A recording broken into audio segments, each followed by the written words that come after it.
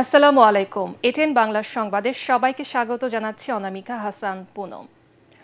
কৃষি কার্ড বিতরণের অগ্রগতি নিয়ে সংশ্লিষ্ট মন্ত্রী, উপদেষ্টা এবং ঊর্ধ্বতন সরকারি কর্মকর্তাদের সাথে বৈঠক করেছেন প্রধানমন্ত্রী তারেক রহমান। দুপুরে নিজ কার্যালয়ে এই বৈঠক করেন তিনি। এর আগে সচিবালয়ে মন্ত্রিপরিষদ বিভাগের নিজ দপ্তরে প্রবেশের আগে প্রধানমন্ত্রী বিদ্যুৎ, জ্বালানি ও খনিজ সম্পদ, মহিলা ও শিশু, স্বাস্থ্য এবং গণপূর্ত মন্ত্রণালয় পরিদর্শন করেন। এই সময় তার সঙ্গে ছিলেন মন্ত্রিপরিষদ সচিব ডক্টর নাসিমুল গনি, প্রধানমন্ত্রীর অতিরিক্ত প্রেস সচিব আতিকুর রহমান রুমন সহ সংশ্লিষ্ট কর্মকর্তারা। পরিদর্শন শেষে প্রধানমন্ত্রী নিজ দপ্তরে যান এবং দিনের নিয়মিত কার্যক্রম শুরু করেন।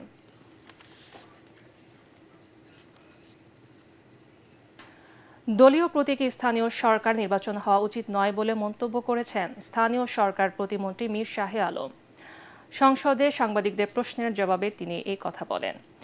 এছাড়া সংসদীয় বিশেষ কমিটির সভাপতি জয়নুল আবেদিন বলেন, অন্তর্বর্তী সরকারের অমীমাংসিত অধ্যাদেশ নিয়ে রাতে বিশেষ কমিটির বৈঠকে আলোচনা হবে। এদিকে দ্বিতীয় দিনের মতো বিএনপির সংসদীয় দল বৈঠক করেছে।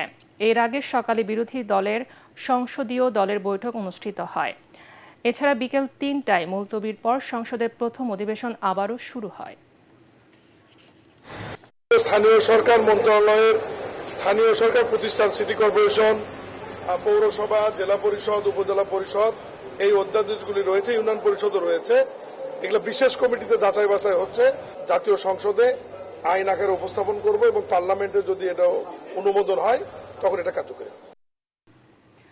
লিবিয়া থেকে ইতালি যাওয়ার পথে ভূমধ্য সাগরে জীবিত উদ্ধার বাংলাদেশিদের ফিরিয়ে আনায় মন্ত্রণালয়ের প্রধান দায়িত্ব বলে জানিয়েছেন পররাষ্ট্র প্রতিমন্ত্রী শামা ওবায়েদ।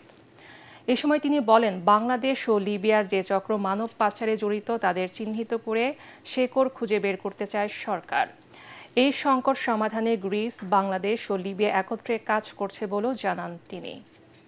এই ঘটনা থেকে আমাদের প্রতীয়মান হয় যে আমাদের আমরা কত ভালনারেবল অবস্থায় আছি, যে আমাদের এই যে স্মাগলাররা, তাদের একটা দৃষ্টান্তমূলক শাস্তি এখানে হওয়া উচিত।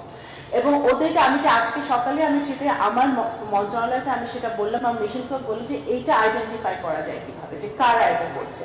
এখানে লেবাননের লোকজনও জড়িয়ে আছে, জড়িত আছে, বাংলাদেশের যদি থেকে থাকে এটা আইডেন্টিফাই করে তাদেরকে শাস্তির আওতায় আনতে হবে। এখন আমাদের মেইনলি আমাদের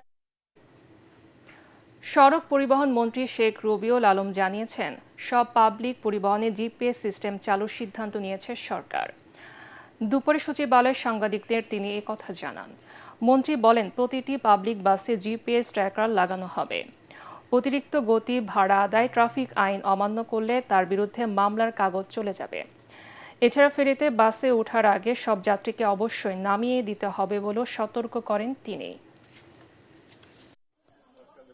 যে কোনো সময়ের চেয়ে 1.5 কোটি মানুষ নিরাপদে স্বস্তিতে বাড়ি ফিরতে সক্ষম হয়েছে বলে আমরা মনে করি। যদিও আমি বলছি 2-3টে দুর্ঘটনা আমাদেরকে ব্যথিত করেছে। সন্তোষজনক ব্যাখ্যা না হলে শুধু ওই বাসটি না, ওই কোম্পানির সকল বাসের রুট পারমিট বাতিল হয়ে যাবে যদি তাকে যে কারণ দর্শানো অথবা তার কাছে যে জবাব চাওয়া হয়েছে তার সন্তোষজনক উত্তর না হয়। 1/11 তত্ত্বাবধায়ক সরকারের সময়ের মানবতা বিরোধী অপরাধগুলো আন্তর্জাতিক অপরাধ ট্রাইব্যুনালে বিচার করা হবে বলে জানিয়েছেন চিফ প্রসিকিউটর আমিনুল ইসলাম। অবসরপ্রাপ্ত লেফটেন্যান্ট জেনারেল মাসুদ উদ্দিন চৌধুরী এবং ডিজিএফআইয়ের সাবেক ডিজি অবসরপ্রাপ্ত লেফটেন্যান্ট জেনারেল শেখ মামুন খালেদের অতীতের বহু কর্মকাণ্ড মানবতা বিরোধী অপরাধের মধ্যে পড়ে বলে মন্তব্য করেন তিনি। এই দুই সাবেক সেনা কর্মকর্তাকে আগামী 7 এপ্রিল হাজির করার নির্দেশ দিয়েছেন আন্তর্জাতিক অপরাধ ট্রাইব্যুনাল।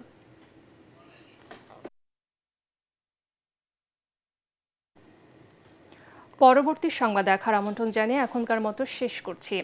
এটেন বাংলার সংবাদ ইউটিউবে দেখতে ব্রাউজ করুন, YouTube/ATN বাংলা নিউজ। ধন্যবাদ সবাইকে।